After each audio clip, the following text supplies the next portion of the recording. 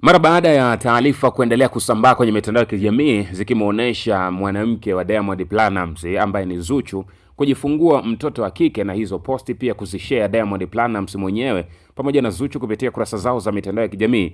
Huyu hapa DC wa Instagram anaitwa Mwijaku. Of course na yeye kama kawaida ni mzee wa kuzusha vitu, na always watu tunafahamu Mwijaku huwa ana pretend azifu kama huwa hamkubali Diamond Platnumz, lakini kuna baadhi ya moments ambazo hawa wawili wao wanaonekana, Diamond pamoja na Mwijaku. Sasa kupitia ukurasa wa Instagram wa Mwijaku bana, amekuja kidogo na sitofahamu ambayo imeacha dilema kwa baadhi ya mashabiki wa Mwijaku, lakini pia kwa baadhi ya mashabiki wa Diamond Platnumz, kwa baadhi ya mashabiki wa Zuchu, na baadhi pia ya mashabiki ambao wanafuatilia muziki mzuri kutoka kwa wasanii hao wawili Diamond pamoja na Zuchu, lakini pia wanaofuatilia maisha ya DC wa Insta au Mwijaku. Sasa Mwijaku bana kupitia ukurasa wake wa Instagram ameshare moja kati ya maneno ambayo ndo hayo nasema yameacha dilema kubwa sana kwa baadhi ya hao mashabiki, na hayo maneno bana yanasomeka hivi na kusomea, alafu baadaye tutaulizana hapa vizuri. Anasema Mwijaku, namnukuu: mtoto yuko salama, ila mvutano kwenye jina wakwe zetu wanataka kutoa jina wakati sisi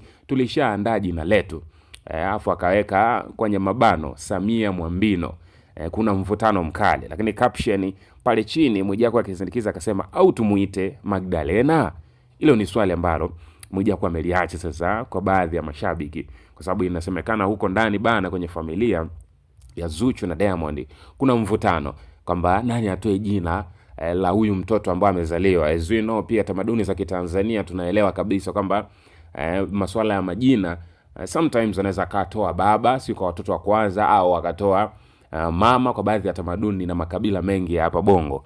Sasa Mwijaku pia amezua hii taharuki kidogo na kutusanua kwamba huko ndani bana kwenye familia ya Diamond pamoja na Zuchu kuna sitofahamu kwenye utoaji wa jina. Mwijaku yeye mwenyewe hapa kwenye caption akapendekeza au mtoto wa Diamond Platnumz na Zuchu aitwe Magdalena.